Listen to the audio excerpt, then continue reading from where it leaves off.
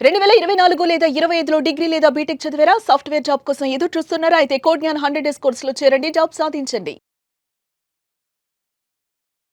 నమస్తే సాయిరామ్ గారు. నమస్తే అండి. చాలా మంది బ్యాక్‌లాగ్స్ వల్ల ఇబ్బంది పడుతూ ఉంటుంటారు. ఒక మార్క్ దగ్గర, 2 మార్కుల దగ్గర బ్యాక్‌లాగ్ ఉండిపోతూ ఉంటుంది. అది క్లియర్ అయినప్పటికీ కూడా ఇంటర్వ్యూస్‌కెళ్ళినప్పుడు, జాబ్ కోసం మేము ట్రై చేస్తూ ఉన్నప్పుడు ఇది ఎఫెక్ట్ చేస్తూ ఉంటుందా? బ్యాక్‌లాగ్ ఉన్నవాళ్ళు 2026లో జాబ్స్ కోసం ఏ విధంగా మైండ్ సెట్‌ని ప్రిపేర్ చేసుకోవాలి? కెరియర్‌ని ఏ విధంగా ప్లాన్ చేయాలని అడుగుతున్నారు. వాళ్ళకి మనం ఏం చెప్పొచ్చు అంటారు? ప్రతి కంపెనీకి అన్ని కంప్లీట్ అయ్యి డిగ్రీ అన్నది కావాలండి. అవును. కానీ మా స్టూడెంట్స్ ఏం థింక్ చేస్తారంటే బ్యాక్‌లాగ్స్ ఉన్నాయి కదా, మనకి అసలు ఎలిజిబిలిటీ రాదేమో అన్న పాయింట్లో పాయింట్ దగ్గరే ఆగుతారు. ఉండి టైం వేస్ట్ చేసుకుంటారు. ఓకే, ఇప్పుడు ఫైనల్ ఇయర్ అయిపోయింది, బ్యాక్‌లాగ్స్ ఉన్నాయి, 2 బ్యాక్‌లాగ్స్ ఉన్నాయి, మళ్ళీ ఇమ్మీడియట్ అక్టోబర్లోనో సెప్టెంబర్లోనో రాస్తారు. ఈ మధ్యలో టైం ఏం చేస్తారు?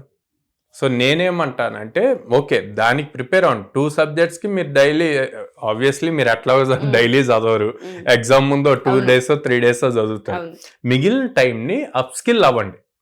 ఓకే, ప్రాపర్గా ఒక ఫుల్ స్టాక్ ప్రోగ్రామో లేకపోతే ఏదో ఒక టెక్నాలజీయో చూజ్ చేసుకొని అప్ స్కిల్ అయితే రేపొద్దున ఎగ్జామ్ రాసి మీకు రిజల్ట్ వచ్చే లోపు ఇంటర్వ్యూస్కి అటెండ్ అవ్వటానికి మీకు క్లియరెన్స్ అవసరం లేదు. ఇంటర్వ్యూస్ అటెండ్ అవ్వచ్చు.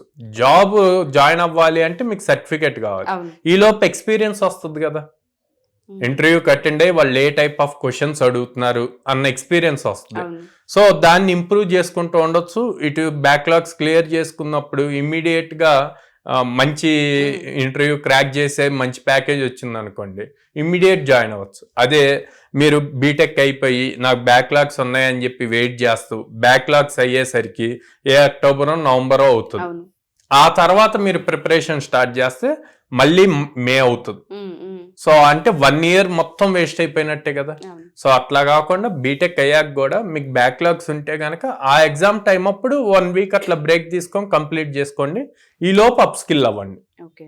అప్పుడు టైము కలిసి వస్తుంది, మీకు అటు సబ్జెక్ట్స్ కంప్లీట్ అవుతే ఇటువైపు ఈ అప్ స్కిల్ అయి ఉంటారు కాబట్టి ఇంటర్వ్యూస్ కూడా ఎక్స్పీరియన్స్ వస్తుంది. సో బ్యాక్లాగ్స్ అనేది క్లియర్ అయినప్పటికీ కూడా ఆ ఎఫెక్ట్ అనేది ఫర్దర్ గా జాబ్ కి ఏమన్నా చూపిస్తుంది అంటారా సార్? లేదండి, అంటే with in the year complete అయితే గనక అది పెద్ద ఇష్యూ కాదు. అంటే ఫర్ సపోజ్ 2026 ఏప్రిల్కి బీటెక్ కంప్లీట్ అవ్వాలి, కానీ లైక్ నవంబర్ డిసెంబర్ ఆ టైంకి కంప్లీట్ అయితే గనక ఇష్యూ ఉండదు.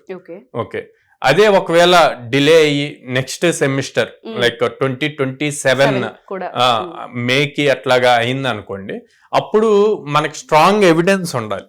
అంటే ఎవిడెన్స్ ఇన్ ద సెన్స్ ఇంటర్వ్యూలో వాళ్ళు అడిగినప్పుడు వాళ్ళని convince చేయగలగాలన్నమాట.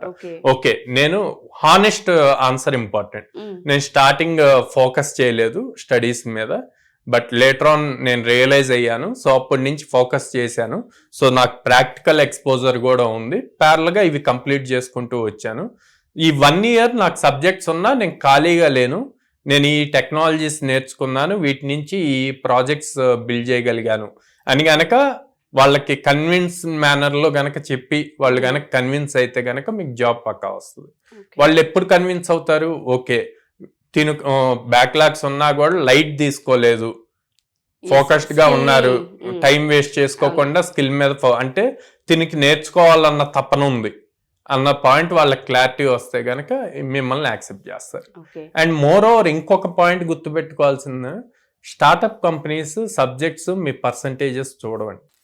Startup companies, so startup companies లో మీకు స్కిల్ ఎంత ఉంది అన్నదే ఇంపార్టెంట్. ఓకే, వాళ్ళు మీరు ఏ సబ్జెక్ట్స్ పాస్ అయ్యారు అవ్వలేదు, ఎంత పర్సంటేజ్ ఉంది అన్నది చూడరు, ఎంత స్కిల్ ఉంది, మాకున్న ప్రాబ్లమ్ స్టేట్మెంట్ కి తినుకున్న స్కిల్ యూజ్ అవుతుందా లేదా అన్నదే చూస్తారు. బ్యాక్లాగ్స్ ఉన్నాయి, ఎస్పెషల్లీ ఈ ఇయర్ కనుక మనం తీసుకుని 2026లో ఈ టైంలో మేము అప్ స్కిల్ అవ్వాలనుకుంటూ ఉన్నాము, కొంత సబ్జెక్ట్ నేర్చుకోవాలనుకుంటున్నాం, అది కూడా ప్రాక్టికల్ గా అడుగుతుంటారు. మన దగ్గర వాళ్ళు జాయిన్ అవ్వచ్చు అంటారా సార్? మనం తీసుకుంటాం, జాయిన్ అవ్వచ్చు. కాకపోతే మనం క్లియర్ గా చెప్తాం, మనకి డిసెంబర్ లోపు కంప్లీట్ చేసుకోవటానికి చూడు, అయితే గనక నీకు ఇష్యూ ఉండదు. లేదు అంటే గనక మళ్ళీ దానికి నువ్వు కన్విన్స్ చేసుకోవాలి ఇంటర్వ్యూలో, అది ఇంపార్టెంట్ అని చెప్పి అవకాశం ఉంటుంది, ఎలా మనం పర్ఫార్మ్ చేయొచ్చు ఇంటర్వ్యూస్ కనుక క్రాక్ చేసే ప్రాసెస్ లో అనేది. డెఫినెట్ గా sir. Thank you sir, thank you so much. Thank you.